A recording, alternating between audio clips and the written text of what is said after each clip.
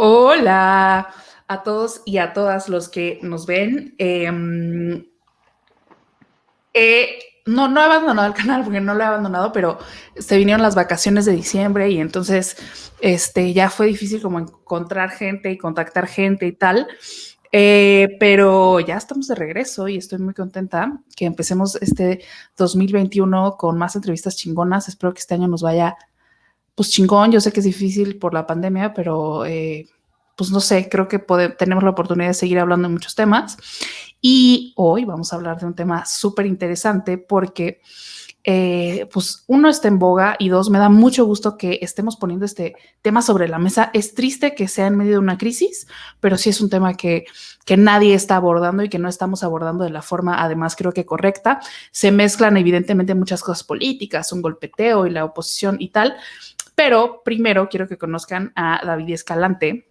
Yo conozco a David Escalante en una organización en la que trabajé, que hacen temas de movilidad, que se llama WRI, antes CTS Embark México. Es una de las organizaciones más importantes en el país, una de las dos organizaciones más importantes y más grandes y con más fondeo en el país que trabaja estas cosas. Entonces, pues bueno, David es ingeniero en transporte y quiero que brevemente nos platique uno qué es, dónde estudió y por qué quiero que nos cuentes, David.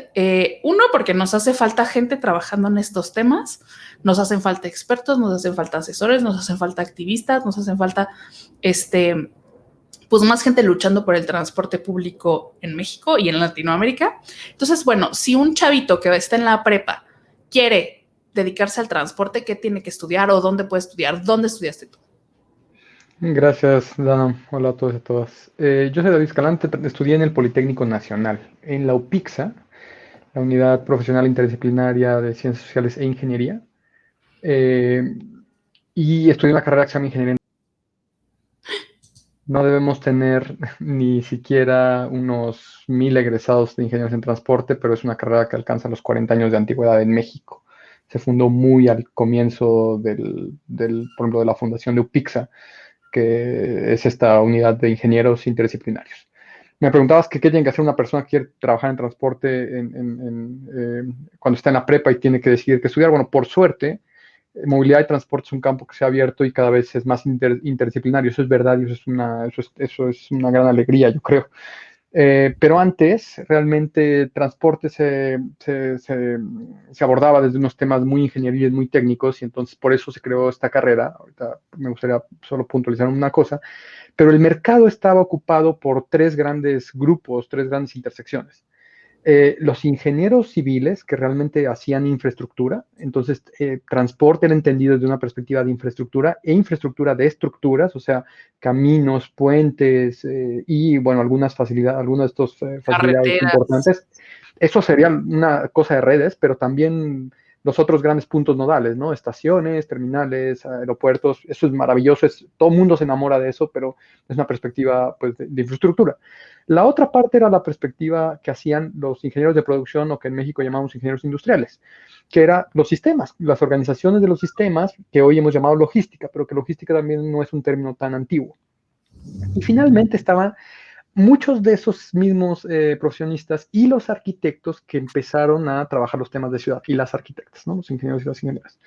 Y cuando uno llega a las oficinas y a los libros de historia de transporte y ve quiénes estaban haciendo las cosas, realmente encuentras que estaba el arquitecto fulano de tal, o la ingeniera fulana de tal, eh, bueno, y de civiles e industriales, ¿no? Y bueno, eso es un poco lo que sucedió. Los ingenieros en transporte, los ingenieros en transporte somos unos profesionistas enfocados a entender sistemas y redes. Esa es como la gran diferencia, porque un ingeniero industrial también entiende sistemas de producción, distribución de planta, que son otras cosas. Nosotros entendemos redes y ese es lo que buscamos planear, entender y diseñar.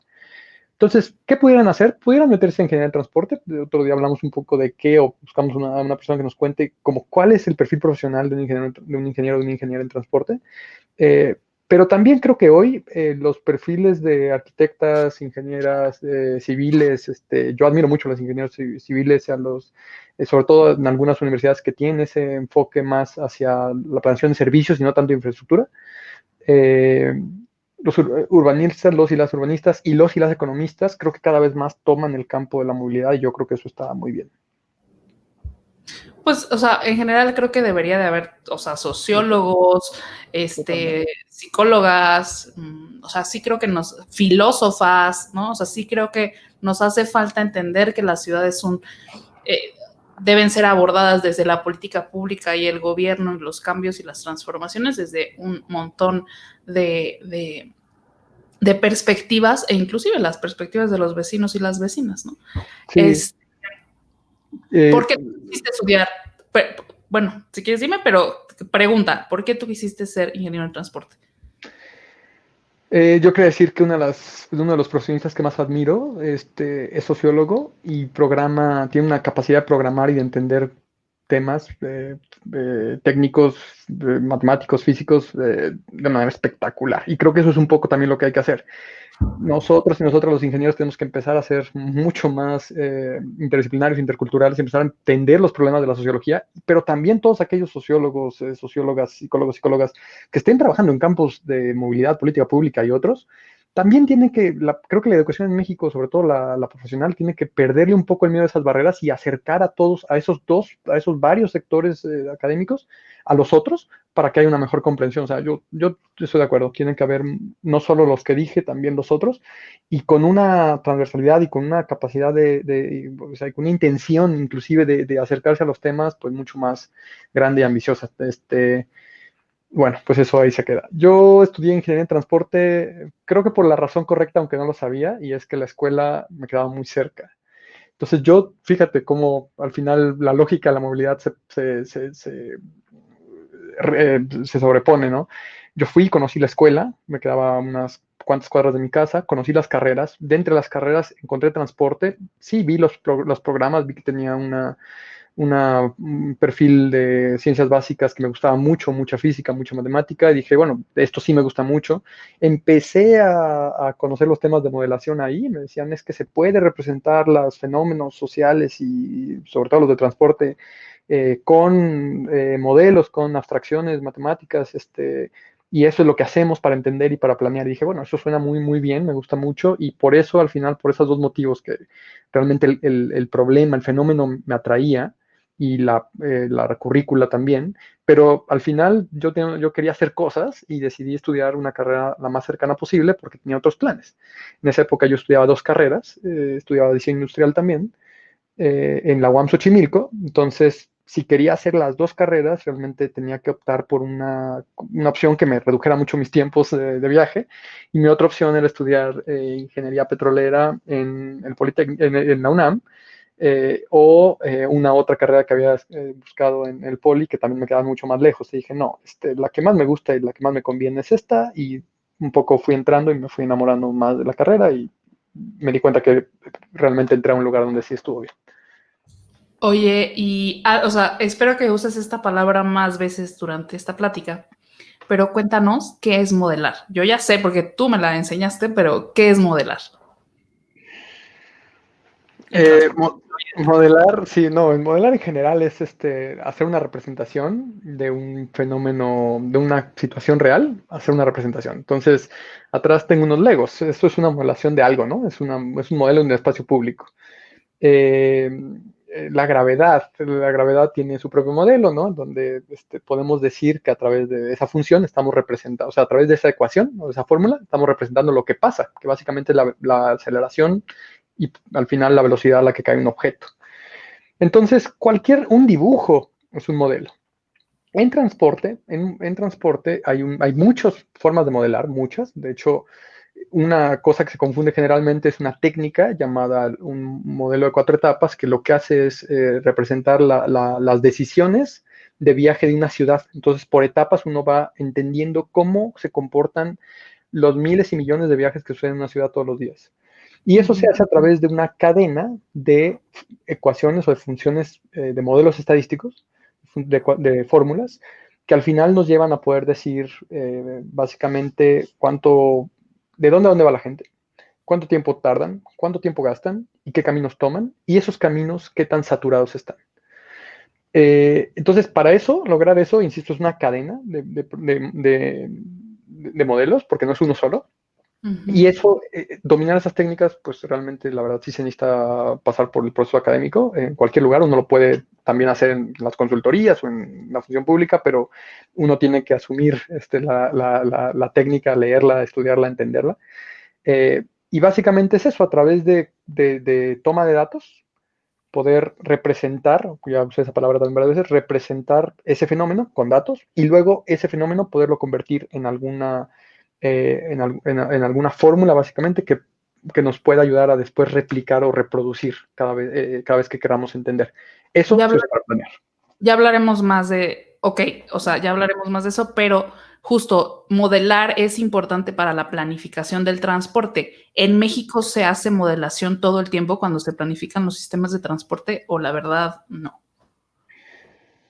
Sí, eh, como toda representación puede ser más o menos precisa y más o menos refinada.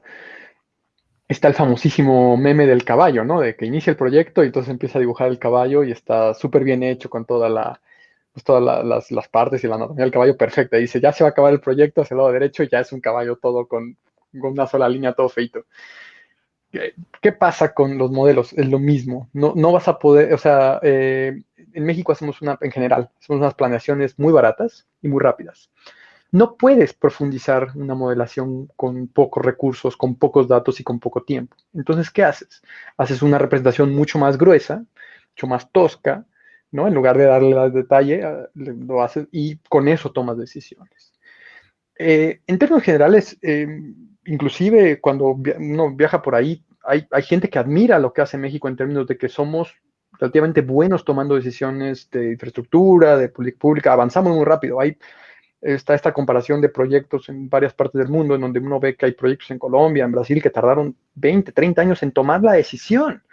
Y ese es el balance que yo creo que nos toca buscar, es cuánto le invertimos a dibujar y a modelar y a microsimular y a renderizar y todo eso, y cuánto nos surge tomar una decisión. Hay gente muy buena que dice, con esta cantidad de información yo ya sé más o menos cuál va a ser la respuesta, y pueden tomar una decisión y lo hacen bien.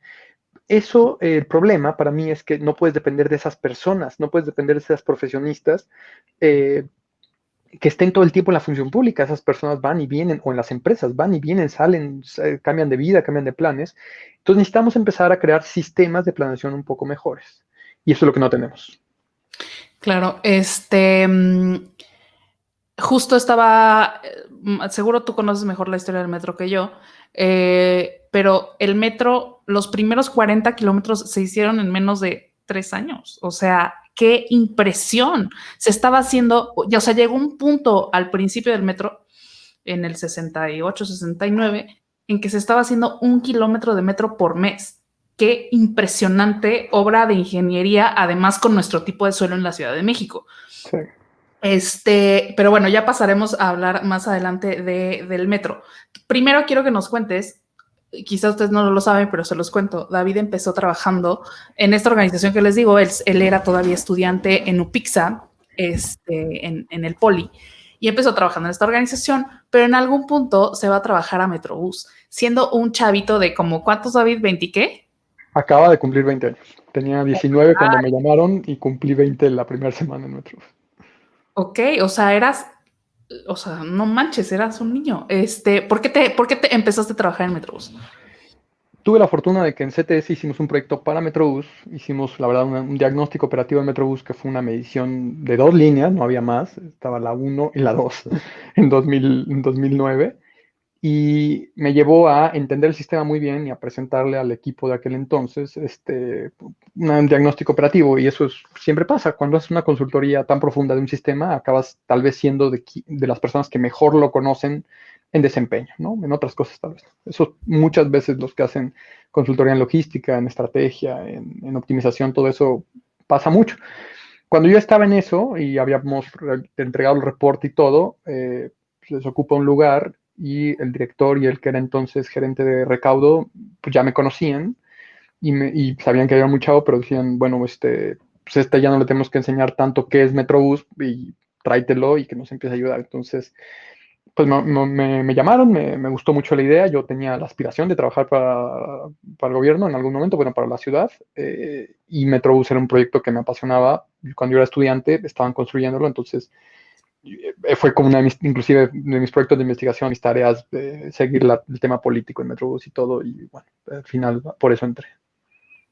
Que además, o sea, hay que decirlo, estabas bien joven, pero que qué chingón tenerlo tan claro, porque, o sea, lo que me refiero es, muchas veces cuando hacemos activismo, yo así empecé, ¿no? Creemos que, ay, el cambio se va a hacer desde las organizaciones y tal. Y creo que hay una cosa bien importante desde el activismo de la ciudadanía y desde ser vecino y vecina o habitante de una ciudad y también desde la organización más organizada, valga la redundancia, ¿no? Que te permite una AC o una ONG. Pero evidentemente el cambio de verdad, el cambio verdadero se hace cuando entras al gobierno. O sea, no hay, sí puedes hacer muchas cosas, sí puedes incidir un montón y sí creo que es un trabajo súper valioso, pero también hay que ser honestos que cuando uno participa de la toma de decisiones, pues bueno, uno tiene la posibilidad, si los astros se alinean y si tienes un jefe que tiene una visión y si hay un proyecto de ciudad y si no, o sea, evidentemente hay unas cosas que se tienen que alinear, pero eso, qué chingón que lo tuvieras tan claro que querías trabajar en gobierno porque podías hacerlo, ¿no? ¿Cuántos años duraste en Metrobús? 4 años. Entré en el 2000, al inicio del 2010, salí a finales del 2013, en los últimos O sea, 4 años. cuando tú entraste estaba línea 1 y 2 y cuando tú estuviste allí, ¿cuántas líneas se hicieron? Hicimos, hicimos 3, 4 y 5 en ese periodo. Ok, tres años. Esto me parece importante porque, y por eso también quería hablar contigo, hay que subirnos un poco a la coyuntura, porque con el tema de la crisis del metro y de este incendio en el metro y que ahorita, o sea, más bien dejaron de funcionar 6 líneas de metro, ahorita ya están funcionando la 4, 5 y 6 y se espera que en los próximos días ya empiecen a funcionar la 1, 2 y 3, pero justo lo que se dice muchísimo es que no se ha hecho nada, ¿no? Por el metro, pero al transporte no hay que, por lo menos en la Ciudad de México, que es el transporte más completo, complejo, grande del país y quizá de los transportes más completos de Latinoamérica, ya me dirás tú, porque ahorita nos va a contar, pero David también trabajó en Sao Paulo, que es una mega ciudad, al igual que la Ciudad de México. Pero justo se tiene esta idea de que solo el metro es hacer transporte, cuando en realidad no. Tenemos también Metrobús, también tendríamos que hablar de RTP, también tendríamos que hablar del transporte concesionado, en algún punto de Covici, que también es un sistema de transporte. Entonces, el transporte no es nada más metro. De hecho, metro mueve un porcentaje bastante, no quiero decir bastante pequeño, pero un porcentaje que no es la mayoría. La mayoría de las personas en la Ciudad de México se mueven en peceros, ¿cierto? Cierto, estás en lo cierto. A ver, ¿cómo nos estamos moviendo en la Ciudad de México? Mira, en la ciudad, teníamos mucho miedo de los resultados de la encuesta del Destino 2017 porque yo sentí muchas conmigo que nos estaba comiendo el mandado los autos y dijimos, a ver qué pasa en esta encuesta. Quiero decir aquí que estoy usando datos propios, unas estimaciones propias, porque el reporte que tenemos hasta ahora no describe bien el reparto modal. El reparto modal tiene que hacerse con unos procesamientos de los datos brutos, porque ahorita hablamos porque los viajes son complejos, básicamente por eso. Entonces, seguimos en México, en Ciudad de México seguimos moviéndonos principalmente en caminata. Sí perdimos una poco de la proporción, pero estamos hablando más o menos del 40%. Y el otro 60% se lo están dividiendo el auto y el transporte colectivo, un poco más el transporte colectivo, y de ese 30 y tantos por ciento que mueve el transporte colectivo, el otro 20 y tantos por ciento lo mueven los autos, pero de esa 30 y tantos por ciento, que todavía sigue siendo la mayoría de los viajes motorizados que hace el transporte público, alrededor del 50% siguen siendo transportes de tipo... Veo que ¿Cómo? estás bien. ¿Nos No, quieres compartir? no lo tengo abierto. No lo tengo abierto. O sea, esto está en tu cabeza. Ok. Pero si quieren lo abro. Y Eso, la mitad son lo que yo llamo sistemas fragmentados, o que algunos llaman microbuses, o para tránsito, no me gusta mucho. Entonces, micros, combis en el Estado de México, autobuses, todo eso. El metro sigue moviendo alrededor del 14% de todo eso, que es como 5.5, no me sé exactamente el dato antes de la pandemia, pero estaban alrededor de 5, a lo mejor algunos días llegando a 6 millones de viajes diarios. Es muy impresionante, pero recordemos que, bueno, en la Ciudad de México son cerca de 40 millones de viajes. Hace un año, Florencia Serranía, que es la directora del metro, en una entrevista dijo que el máximo al que habían llegado era 5.7 millones de viajes al día. Entonces, pero hay que tomar en cuenta que cuántos viajes suceden en la Ciudad de México al día, en total.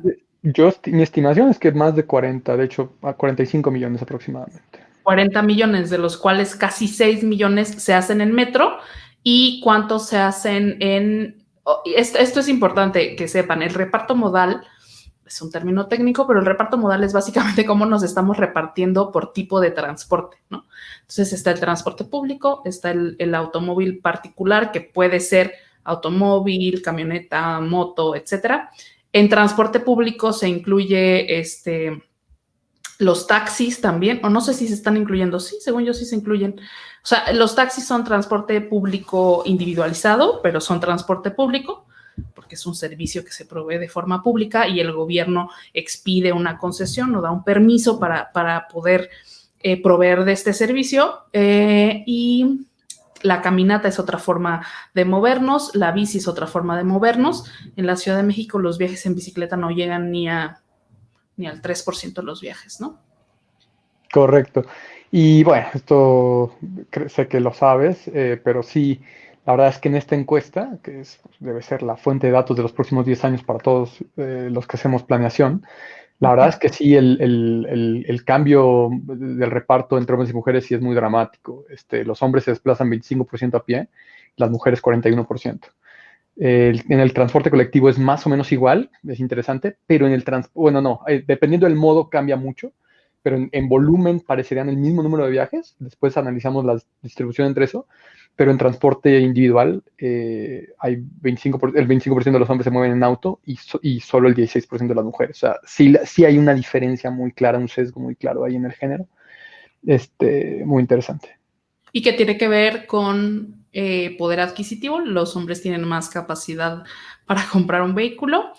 También tiene que ver con habilidades por temas de socialización y del patriarcado. Los hombres es más fácil que se les enseñe a conducir un vehículo, tradiciones, mitos, ideas, un montón de cosas, ¿no? Que influyen ahí. ¿Cuánta gente, porcentaje en transporte público? ¿Cuántas se está moviendo en metro? ¿Cuántas se está moviendo en peceros y camionetitas? ¿Cuánta en...? Estoy segura que lo tienes. Sí, justo, yo creo que son dos, más o menos el 60% está moviendo en colectivo, en transporte colectivo, lo que se llamó siempre los colectivos, ¿no? Los micros, las combis, los autobuses. Después, en la encuesta es difícil diferenciar metro y metrobús, porque muchos viajes, o sea, es que hay que entender que un viaje para una persona no es cada vez que me subo y pago. Yo quisiera salir de mi casa y llegar hasta mi destino y no tener que pagar más. Entonces, el viaje es toda la cadena completa para las personas, y así es como lo tenemos que evaluar y planear. Entonces, lo que hice acá en este análisis es ver qué porcentaje están usando modos estructurados, metro o metrobús, y eso es un poco menos de un tercio, ¿no? Un poco menos del 30%. Entonces, 60% usa autobuses colectivos y otro tipo de colectivos, 30% está usando únicamente modos modos tipo masivo, metro, metrobús, del total de que se mueven en el transporte público, y el 4 o 5% que queda por ahí bailando, un poquito más, eh, perdón, 10% que hay bailando, pueden usar los dos. Imagínate lo difícil que es lograr realmente hacer como integraciones en el metro, que realmente, de toda la gente, estamos hablando de la zona metropolitana, eso es muy importante, porque la encuesta cubrió la zona metropolitana. Entonces, este análisis, lo que la encuesta nos dijo es que muy poca gente le facilita hacer, perdón, estoy invirtiendo los datos, solo 10% usan únicamente modos masivos, o sea, solo metro.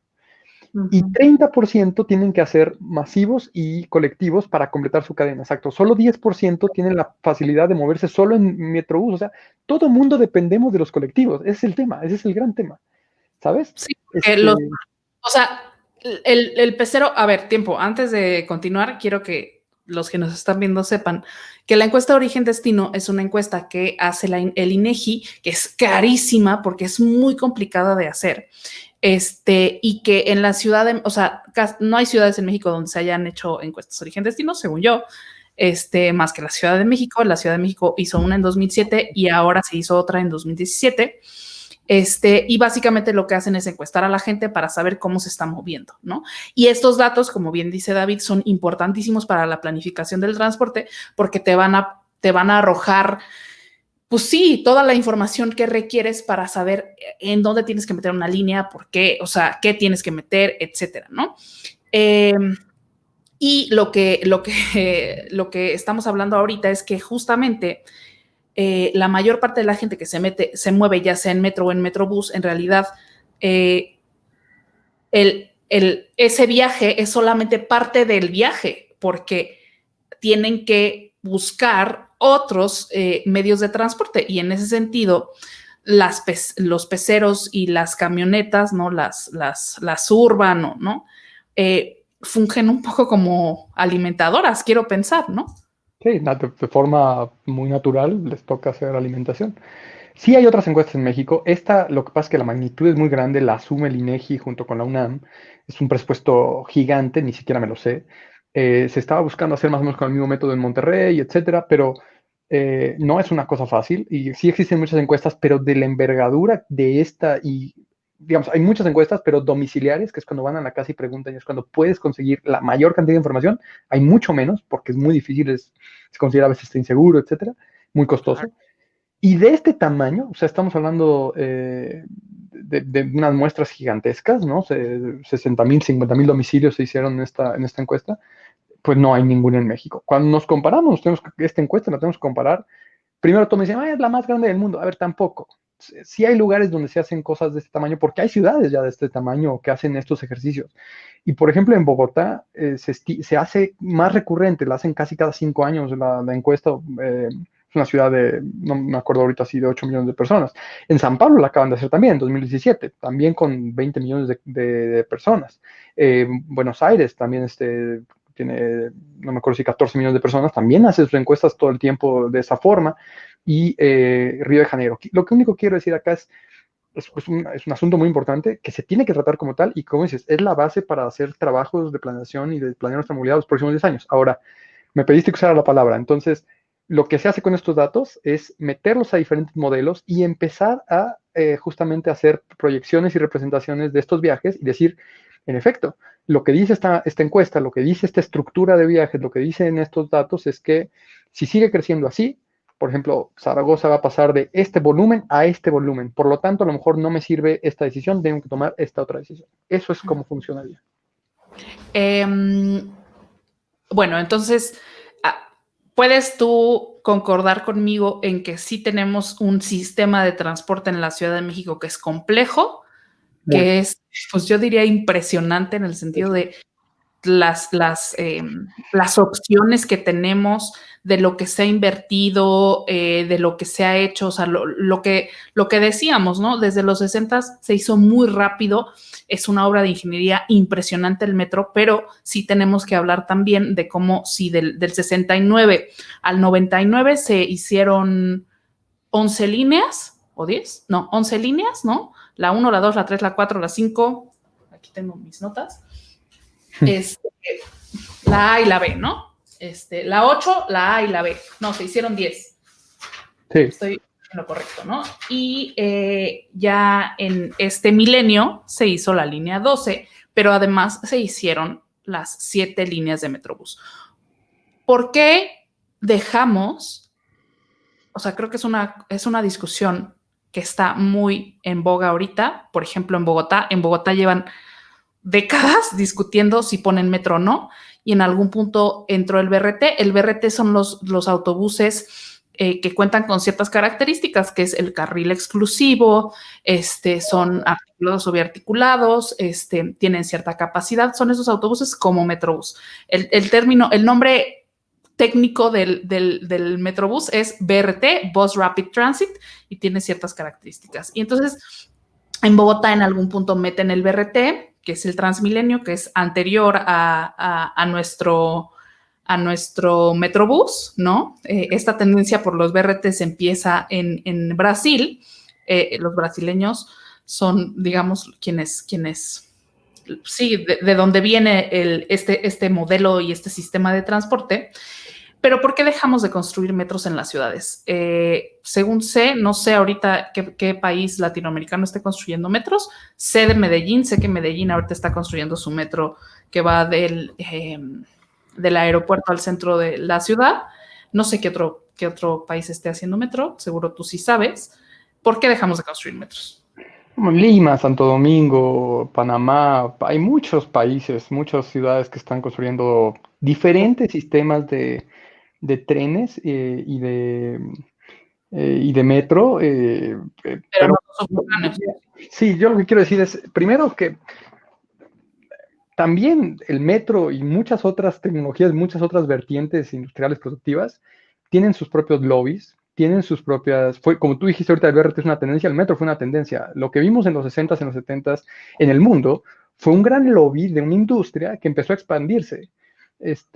No todos los países tuvieron, no todas las ciudades tuvieron el dinero ni la capacidad de asumir esas inversiones, pero existió una predominancia, una técnica en esos años que inundó las ciudades. La ingeniería francesa en desarrollo de metro en los años, en segunda mitad del siglo XX era impresionante, dominó, es excelente, no voy a decir que no, y vino a México y tenía lo que necesitábamos en Ciudad de México, que era, por ejemplo, un tren neumático, que quiere decir que tenía llantas de goma en lugar de férreo, llantas de metal, que soportaba mucho más las diferencias en los rieles que suceden por ejemplo, los sismos o los movimientos naturales de la Tierra. El suelo en México es muy malo, y pudimos, con toda esa técnica, poner un metro en Ciudad de México, que fue uno de los grandes logros de ingeniería de ese momento. Ellos, aparte de todo, de tener toda la experiencia y tener la tecnología adecuada, eh, tuvieron la capacidad técnica y el apoyo financiero de una nación para poner un metro en una ciudad que era la capital, que era gigantesca, ¿no? ¿Por qué digo que era un lobby? Porque de todas maneras la expectativa es, el metro, la columna ordenadora del metro, la ciudad sí, pero pues hagan más metro para sustituir todo. No hay ninguna ciudad en el mundo en donde los metros muevan a más de la mitad de la ciudad. No hay. O sea, hay algunos casos contados de unas predominancias de metro, pero en Transport for London, yo también veo los comentarios y todo en algunos lugares, todos dicen, es que en Londres, a ver, Nueva York. En Londres y Nueva York, los buses mueven la mayor cantidad de gente. No hay cómo. ¿Por qué? Primero, porque el metro es una solución a una situación en donde tienes una altísima densidad de demanda de transporte. Y segundo, porque necesitas otras cosas como el derecho de vía, lo que tú dijiste, suelo y algunas otras cosas, y los recursos. La última discusión, no la última, una de las discusiones interesantes que sucedió en Bogotá todavía con el prefecto anterior, con el alcalde anterior, fue justamente de por qué hacemos una parte elevada y una parte abajo, que no tienen como el mismo derecho, la misma calidad de espacio público en la ciudad, todos, y eso puede generar que el proyecto se pare o que cambie, ¿no? Entonces, no es nada fácil entender el metro. Ahora, decías, bueno, pues es complejo, es muy complejo, y una de las maneras de entender el transporte, no la movilidad, pero el transporte en algunos momentos es un concepto de mercado. La gente se va a mover y eso genera un mercado. Hay gente que dice, si tú te quieres mover, yo te ayudo a moverte, ¿no? Eso es así funciona. Entonces, cuando nosotros empezamos a dejar sin atender ese mercado, claro que va a haber iniciativas y ideas y gente va a querer tomar ese mercado. Así funciona en general la economía. Eso nos pasó y se sumó con unas políticas públicas del siglo pasado, que era el microempleo, el apoyo al microempleo, y esos dos conceptos crearon la fragmentación, la pulverización del transporte público en toda América Latina. Todos los micros, los conchos, el TPC en Colombia, todo eso fue el producto de un fenómeno social, político y económico, ¿no? Entendiendo que la gente se estaba moviendo, eso era un mercado, ahí les van las soluciones, y tenían y eso nos llevó a tener, pues, 30,000 oferentes de servicio en la Ciudad de México, que son el número de microbuses que llegaron a existir en la Ciudad de México. Pero así en todos lados, ¿no? Más o menos un fenómeno semejante en diferentes momentos. Entonces, por eso, a ver, por eso tenemos metro un poco, por eso también para de haber, porque deja de haber la cantidad de recursos y la cantidad para poner una, o sea, para poner una banqueta en un barrio necesitas concertación política vecinal, necesitas que la gente esté de acuerdo. Imagínense enterrar 30 kilómetros de vía férrea. También eso hay que decirlo, la ciudad no tenía la misma gobernanza que tenemos hoy. No es igual de fácil hacer ningún proyecto. Lo que decías cuando dijiste lo de la velocidad a la que se construía metro, yo decía, bien, qué chido la técnica, pero ¿sabes lo que eso significó en términos de operación política? Significó una mano total encima de todos. Sí, no te oigo, estás en mudo. Perdón, no teníamos, o sea, sí, hay que decirlo, como dices tú, un tema de gobernanza, pero también transparencia, información pública, medios, el Internet. O sea, por lo menos en la Ciudad de México es una de las ciudades más participativas del mundo. Okay. Digo, del mundo, del país. La gente estamos politizadas. Entonces, eso lleva a que estemos constantemente involucrados en las decisiones de nuestra ciudad. Y claro, evidentemente ya no es tan fácil que hagas una mega obra de infraestructura como un metro que te va a implicar además, o sea, unas molestias enormes a vecinos y vecinas, ¿no? Por ejemplo. Entonces, bueno, por eso se hizo muy caro y tal, ¿no? Por eso dejamos, y como dices tú, también es cierto, sí, no lo comenté porque no lo traía en la cabeza, pero es cierto, hay modas y hay mucho lobbying también, o sea, tienen que ver pues ciertos agentes económicos con cierto poder que buscan mover sus intereses y eso también ha pasado en el transporte en México. También autobuses, las empresas de autobuses en algunos países son muy grandes industrias y también hacen lobby. O sea, yo no voy tampoco aquí a decir cuál es mejor que otro. Eso sucede. Sucede en los coches, sucede en los autos, sucede en los autobuses, sucede en los trenes, sucede en todos. ¿Tú crees que dejamos de también invertir en lo público? O sea, es decir, apostamos más a lo concesionado que a lo público. ¿Y qué quiero decir con esto? O sea, no para ti, yo sé que tú lo sabes, pero para la gente. En la Ciudad de México, por lo menos, tenemos sistemas que son completamente públicos, donde el gobierno opera, el gobierno regula, el gobierno construye. A lo mejor puede ser que licite, pero el gobierno está todo el tiempo ahí y tiene sus empresas de transporte, ¿no? En este caso, sistema de transportes eléctricos, ¿no? Que son quienes operan trolebús. Está el metro, el sistema de transporte colectivo metro, y está RTP, creo, ¿no? Son los únicos tres Sí. públicos. Metro, RTP y ST. Sí.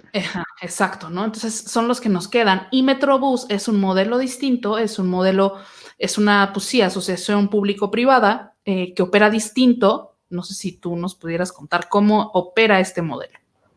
Sí, aquí iba a decir justo que los términos a veces hay quien ha leído de APPs por ahí, Asociación Público-Privada, o PPPs, Public-Private Partnerships, etcétera.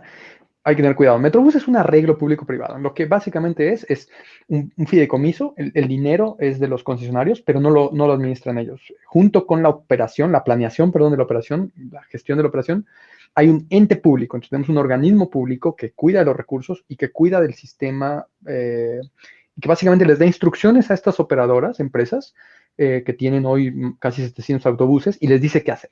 Entonces, por ejemplo, ¿qué pasó rápidamente? ¿Qué pasó recientemente?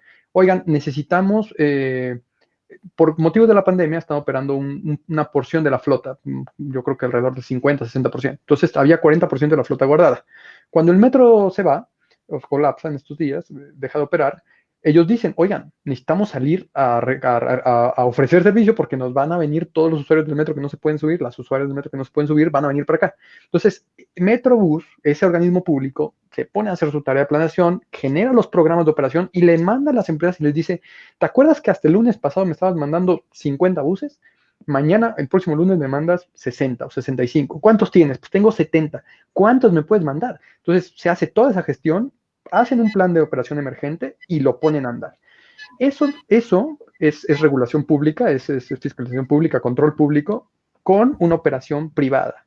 El privado tiene su empresa, declara sus impuestos, tiene sus contratados, o sea, sus operadores mecánicos contratados, tiene su esquema de administración, su empresa de administración, tiene sus oficinas, tiene todo. Y ellos reciben las instrucciones, salen a operar, al final del día le pasan un conteo de kilómetros que también Metrobús lo coteja, y Metrobús paga en función de lo que se prestó. Oye, que hubo un bus que no logré sacar, no te lo pago, ese no te lo pago.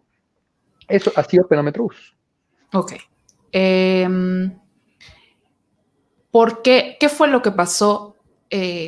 Lo hemos medio hablado tú y yo en corto y hemos hablado y tú además pues lo tienes mucho más claro de lo que lo puedo tener yo.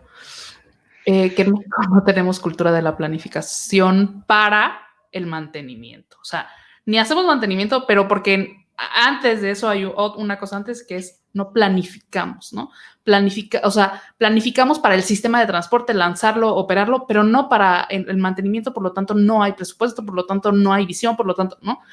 ¿Qué fue lo que pasó con el metro? Sí, No, hace un momento que hablábamos de la historia, justo empecé a detectar algunas cosas que son, pues, ¿quién escribe la historia, no? Cuando decíamos que, oye, pues estuviste ahí y cuántas líneas se ampliaron en Metrobús, o que me decías, el metro se construyeron tantas líneas, es un número que justamente es un número político, porque yo pude haber construido una línea y extendido 10 y la gente cree que yo construí una línea, ¿no? O esta administración, cuando en realidad se hizo el esfuerzo por extender 10 líneas. Lo pensé cuando me preguntaste la Metrobús, porque Metrobús sí, se construyeron 3 líneas, pero se metieron 200 autobuses más, o no sé cuándo, no me acuerdo cuánto exactamente, se pusieron varias estaciones que le hacían falta insurgentes, o sea, es mucho más de lo que, y también pasó en metro. En metro nadie se acuerda, pero la línea 1 era cortísima, la línea 2 también, no llegaba a 4 caminos. Todo eso se hizo en algún momento. Entonces, con esta lógica de que lo nuevo, ¿no? New is always better, ¿no? Lo nuevo siempre es mejor, y que yo necesito mi línea, entonces voy a hacer, oiga, ¿qué opciones tengo? Dice el alcalde. Pues mire, extienda la línea 8, extienda la línea 20, extienda no sé qué, o construye esta nueva alejada de todo mundo que no va a tener el mismo beneficio, pero es la nueva. Todo mundo, en este país y en muchos otros países, escogen la línea nueva. Contra eso es muy difícil operar, pero todos sabemos que si queremos convencer a un tomador de decisiones, a uno de estos gobernadores, alcaldes, presidentes, tenemos que darle su proyecto. Eso es tristísimo, pero es verdad, ¿no? Después contamos historias. Lo mismo pasa con el mantenimiento. O sea, le voy a dar X millones de pesos a un organismo en un concepto que se llama gasto, que todo mundo que criticamos o que leemos los presupuestos y estamos ahí haciendo opinión, decimos, no, es que se gastan muchísimo, entonces el gasto es terrible, entonces se crea esta ideología de que el gasto es terrible, no lo analizamos, no lo comprendemos y tachamos a todo lo que es gasto, como algo negativo, y no nos damos cuenta de que los sistemas, todos los sistemas requieren mantenimiento, los edificios donde ustedes viven, los carros, etcétera, y que si no lo damos, eso va a colapsar. Claro, la tecnología cada vez más es tecnología desechable, viene con la idea de que pues la obsolescencia programada ayuda a que yo compre otro celular y entonces eso es bueno para alguien, pero es malo para el consumidor, es malo para la ciudad en este caso. No podemos desechar nuestras líneas de metro, ¿no? Nuestro metro tiene 50 años, pero hay metros por ahí con más de 100 años y están andando. Algunos ya tuvieron problemas, algunos ya tiraron la tercera generación de carros, o sea, de trenes, y eso es básicamente porque el sistema está comprendido no solo con un sistema, una cosa que yo adquiero y después yo lo voy a reemplazar. No, tengo que operarla y mantenerla de la manera adecuada. Y bueno, entre más grande y más robusto y más complicado sea el sistema en términos de ingeniería y de tecnología, también el mantenimiento puede tener sus características. Hay mucha discusión y una de las promesas de venta de muchas tecnologías es esto no requiere mantenimiento. Eso generalmente es una medio mentira o es una atenuación de alguna situación, pero o sea, todo requiere mantenimiento, todo. Esa lógica nos llevó siempre a que los presupuestos públicos nos ha llevado, no solo en México, yo no quisiera no hablar específicamente de algunas cosas que no conozco bien, pero que son una realidad, eh, priorizar las inversiones públicas en obra. Si no es obra, ¿no? Inclusive los programas federales y locales de obra no te permiten meter capítulos de mantenimiento, ¿no? Tiene que ser obra. O sea, pregunte, la otra, o sea, la gran inversión, yo creo que en términos de mantenimiento que había hecho esta ciudad fue la línea del tren ligero que también estaba al borde del colapso. Las fotos que pone la ciudad cuando están haciendo el mantenimiento del hongo, de la vía, del estado de los durmientes, era, y no sé si saben, pero el tren ligero se descarrilaba con unos índices, o sea, varias veces por día, ¿no? A veces. O sea, ¿cómo podíamos vivir y movernos en un tren, una cosa de toneladas que anda a 40, 50 kilómetros por hora, que se descarrilaba 2 o 3 veces por día? Bueno, era lo más grave que había en ese momento, lo que recibió la ciudad, y ahí sí decidieron darle mantenimiento, ya a toda la parte uno y ahora a la parte 2. Bueno, eso no solo pasó en el tren ligero, pasó en el metro, pasó en RTP, pasó en STE, y pasó en muchos organismos públicos. Un comentario más es, hablabas de las APPs.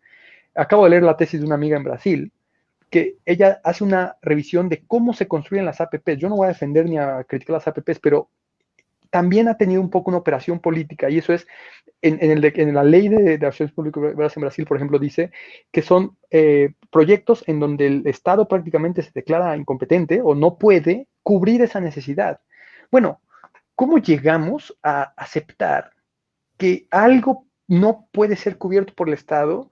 Eh, ¿Eso es verdad? ¿Eso es el resultado de qué? ¿No? O sea, poner eso en una ley o en un decreto o en alguna política pública quiere decir que realmente, no necesariamente eso es una verdad, eso es el resultado de una situación, bueno, pues de un conjunto de situaciones, pues cambiémosla, porque no puede ser que el Estado se declare incompetente de hacer servicios públicos y por tanto un hospital, una escuela, está en mejores manos en privados. O sea, eso es lo que, o a lo mejor sí, pero eso es lo que hay que discutir, porque como arreglo financiero es muy válido. O sea, hay muchos arreglos financieros innovadorcísimos que funcionan, pero las premisas y lo que nos llevó a tener que hacer eso como medida es lo que hay que discutir y tiene que ver mucho con nuestros valores, con nuestros principios, con lo que estamos priorizando. Y sí, en años no priorizamos al metro, no lo priorizamos.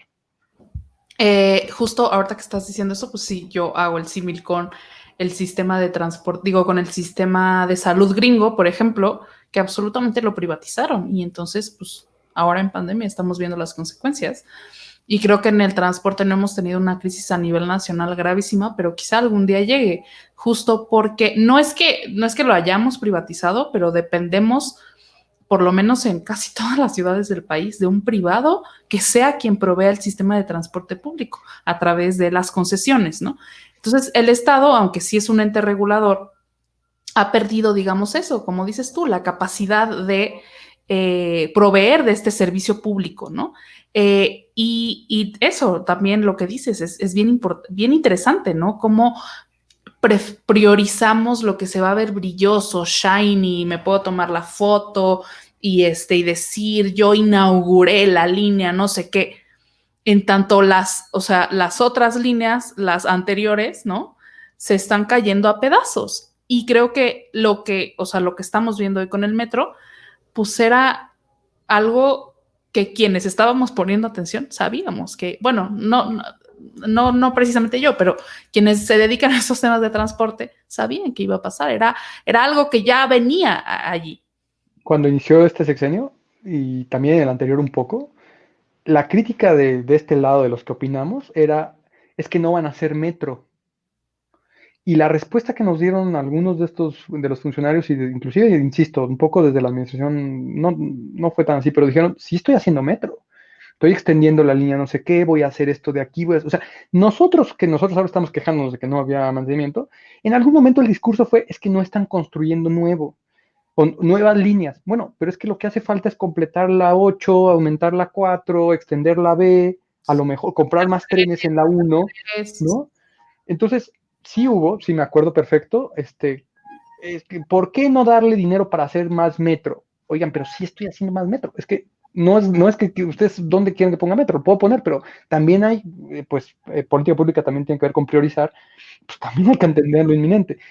Entonces, sí, la verdad es que el discurso público va hacia lo brilloso, como dices, y en todos lados, o sea, no solo los políticos, también nosotros los ciudadanos y la industria privada, pues es eso siempre fue esa la lógica que rigió o ha sido durante mucho tiempo. Quizá lo interesante estará en hacer algo como cómo comunicar mejor el mantenimiento para venderlo mejor, ¿no? Como Sí. ver metro limpio, como un poco me gusta mucho cómo lo hacen en Medellín, ¿no? Es tu metro Bueno, está limpio, tu metro está bonito, tu metro, ¿no?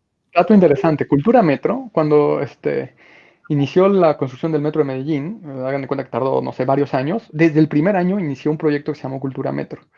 Eso, no tenían metro y había una área de comunicación que se llama Cultura Metro. Y el concepto era, pues nunca hemos tenido un metro en esta ciudad, necesitamos enseñar a la gente a usarlo, ¿no?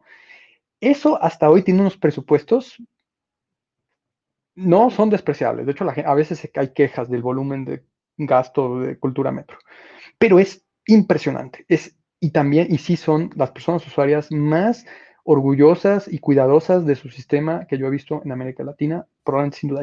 Y ahí, cuando uno habla con los funcionarios públicos de Metro Medellín, ellos están convencidos de que el gasto en Cultura Metro no es un gasto, es una inversión y que les ha permitido muchas cosas. Es impresionante, no es bajo. En México gastamos menos del 1% en los organismos públicos para comunicación social, pero otras cosas tienen, bueno, estos de transporte, yo sé que en otros lados hay esa queja, pero en transporte no hay buenas, o sea, no hay oficinas bien nutridas, bien abastecidas sobre comunicación y atención a personas usuarias.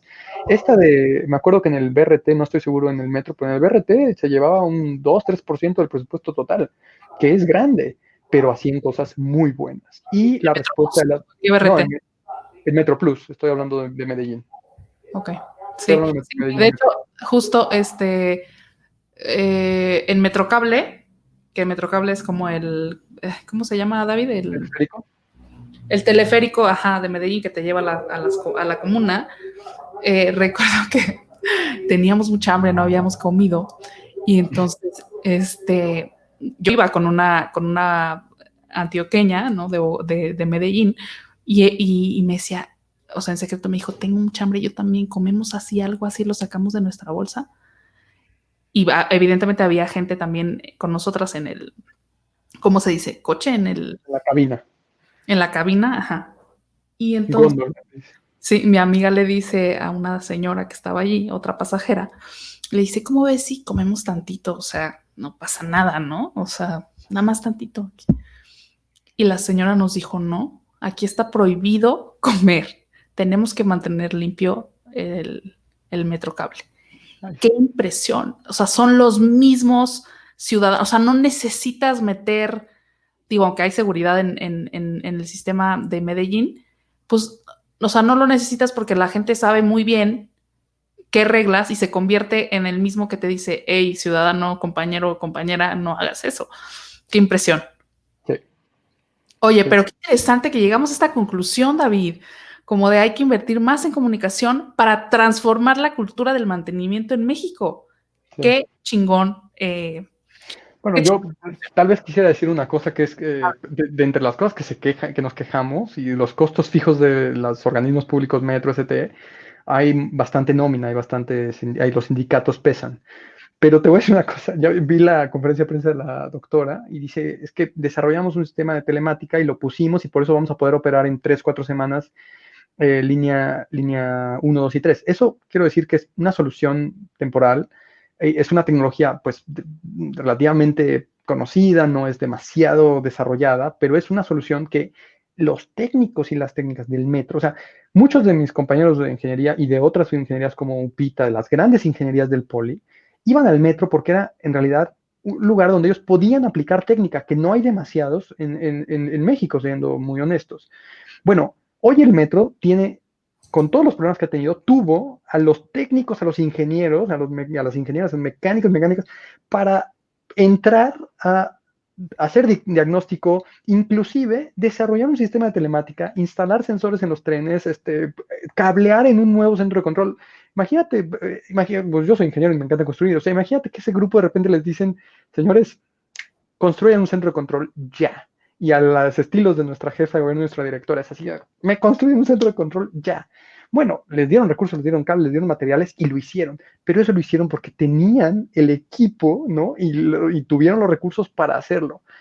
Por suerte, no habíamos barrido. O sea, sí hay muchos temas de nómina, pero debo reconocer que si había un lugar en donde había equipo para hacer lo que están haciendo, es el metro. ¿No? Y probablemente eso se repite en muchos institutos metro, o sea, organismos metro en América Latina y en el mundo, porque fue un lugar que tiene tanta envergadura, tanto tamaño, tuvo tantos recursos, necesita tanta gente para operar, que tuvo la capacidad de alojar sistemas de personas que pensaban, o sea, ¿no? Redes de pensamiento que pueden desarrollar más tecnología y en situaciones como estas pueden salir adelante. Pero bajo la lógica nueva, otros organismos nunca hubiera tenido esa estructura y esa capacidad, ni ese, y hay gente de carrera, ¿no? Que también hubiéramos dejado ir en muchas otras formas de contratación. Entonces, pues sí, también eso, o sea, la inversión todavía anterior permitió hasta este momento salir adelante y eso, hasta lo estaba pensando ahora que vi la conferencia de la doctora y dije, wow, mis respetos para los que están ahí sacando el metro adelante, la verdad. Tan solo en unos días. Y otra cosa es eso, la resiliencia o sea, del sistema integrado que ha podido responder, digo, igual y a marchas forzadas, igual difícilmente, pero lo han hecho. O sea, salieron los autobuses de RTP a ayudar y a auxiliar, ¿no? Sí, sí, pues la verdad es que cualquier sistema formalizado, estructurado, tiene muchas más herramientas, inclusive de organización. Entonces, el tener estas empresas en Metrobús, las empresas en los corredores, RTP con su flota que ha estado echándose a andar desde que entró la administración, todo eso, pues por lo menos dejó mejor preparado al sistema. No es grato, no estoy celebrando lo que pasó, obviamente. Es una No. tristeza y, por ejemplo, el tema de la estación de Buen Tono probablemente se venía, pero es una inversión grande que tristemente no tuvo la capacidad de hacer. Pero es un desgaste acumulado. O sea, esa estación no falló porque ayer no le dieron mantenimiento. Esa estación no falló porque desde hace años ha tenido problemas y sobrecargas.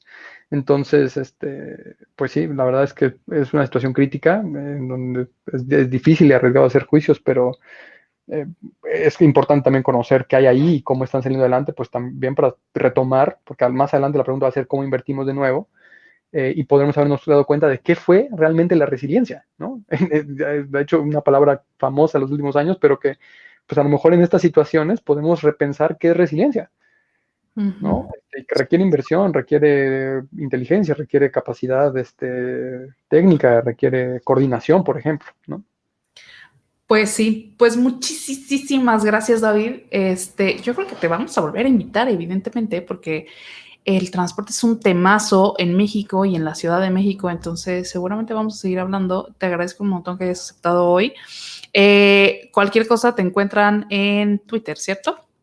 En Twitter y en Instagram estoy @David_Scalant con S. Ahí, por favor, cualquier cosa quieran platicar, comentar. Muchas gracias por la invitación, ha sido muy agradable. Lo que ustedes quieran, ahí anda David. Yo espero que trabajemos un día de estos juntos. Muchas gracias, yo también. Ojalá tengamos suerte muy pronto. No hemos Muchas podido. gracias, David. Y seguimos en contacto. Nos vemos a la próxima. Y gracias a todos por estar aquí y por ver. Cualquier cosa, déjenla en la cajita de comentarios. Y más bien, yo les dejo cosas en la caja y ustedes déjenme en comentarios. Muchas gracias y nos vemos. Un abrazo.